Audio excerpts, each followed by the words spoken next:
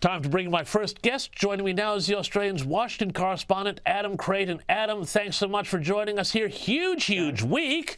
Let's start with Prime Minister Anthony Albanese's state visit in Washington. Tell us about the visit. All went smoothly?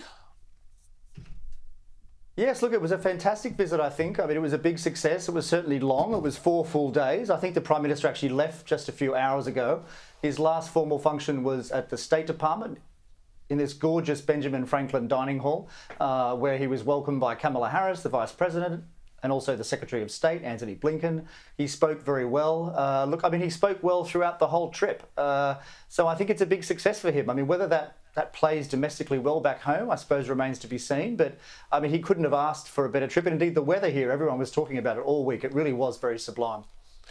Well, that's great, but then there were some other interesting bits about the diplomacy here, especially around China. And Joe Biden cautioned Australia against fully trusting China. Now, do you think that had to do anything with the Albanese government's moves to normalize, smooth out relations, and some of the disputes about whether or not that Port of Darwin lease would be allowed to continue? Yeah, certainly there was no mention, publicly at least, of the Port of Darwin situation, but certainly some in the American administration would be concerned about this move to normalisation. But I think there's an understanding as well that for Australia, China is a very, very important economic partner. And so we have to kind of straddle these two worlds, both, kind of being an ally of the United States, but also we have to maintain our economic relationship.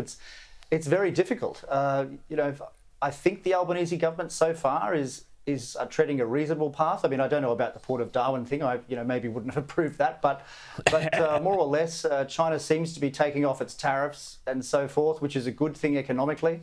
But of course, we have to be careful, and that's what President Biden said, that we have to trust but verify. They were his words. And now, those were Reagan's words, too, about the Soviet Union, quite famously. But talk us also through some of the congressional jitters that have been vibrating out of Washington around the AUKUS deal. Is there an actual threat to AUKUS? Could Republicans take it down because they're concerned, about the ability of the U.S. to build its own submarines? Well, it's really interesting, this situation, because if you talk to administration officials and very senior ones, such as Kurt Campbell, who I spoke to just a few hours ago, actually, at the function that I just mentioned, he's extremely confident that all the relevant legislation will be passed this year.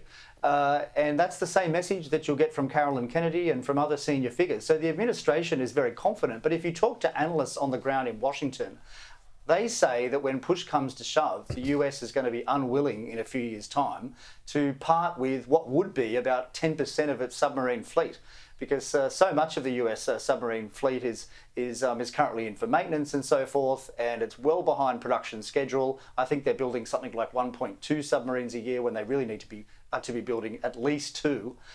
So there's a huge number of bottlenecks here. So there's a real contrast. And look, I can't predict the future, but certainly the Prime Minister is confident too, as you suggested. He met all of those congressional leaders just this morning and also yesterday, and they said all the right things. So look, it remains to be seen over the next few months, I should say. I got to say, Adam, just having read history, the 1930s and the fights to get everybody's navies into shape really sort of ring very resonant here. But I want to move on to the Middle East, where we had the questions, around Israel. We saw Joe Biden this week, I thought, being very strong on Israel and its right to defend itself. Was there any discussion between Albanese and Biden on this? And does that put Albanese in a funny position, given the problems he's been having in Australia with his Labour caucus on Israel? Well, look, I think the two leaders share the same problem, that there's a small element in both of their left-wing parties that are very pro-Palestinian, and they do exert some force. Indeed, you saw the president just a few days ago at his joint press conference. I think for the first time he was mildly critical of Israel, well, at least of the settlers anyway. He said that it was pouring gasoline on the fire, so to speak, to be expanding further into the West Bank, and that's the first time that he said something like that. He also reiterated the US's support for a two-state solution.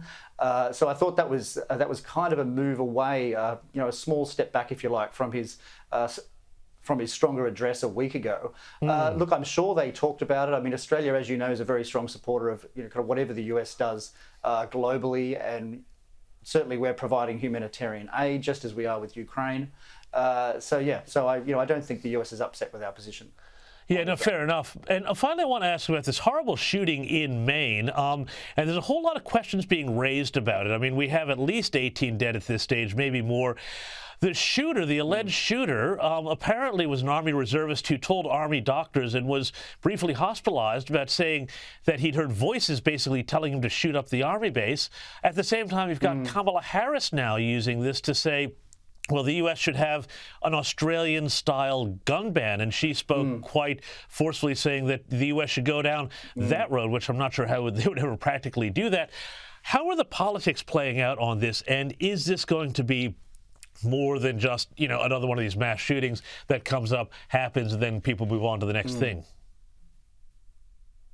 Well, look, certainly, you know, these shootings are all too frequent, and it's a great tragedy. It's a shocking atrocity, and to some extent it overshadowed the last part of the Prime Minister's trip. But yes, every time something like this happens, it's almost immediately politicised, you know, whether it's the race of the shooter or the policies of the state. And so straight away here, you've seen a lot of people blaming the Republican Senator Susan Collins from the state of Maine, because apparently a few years ago she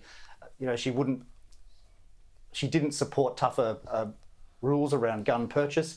But look, I think it's very unseemly to do this, even though it happens all the time, you know, trying to draw a bow between a particular rule and then some psycho out there in the community who's just done this shocking thing. So look, I mean, it's not going to change US policy. As you alluded, you know, there's going to be no change, no substantive change. The reality of the United States is that there's hundreds of millions of guns floating around, and the horse is well and truly bolted, I think, for gun control.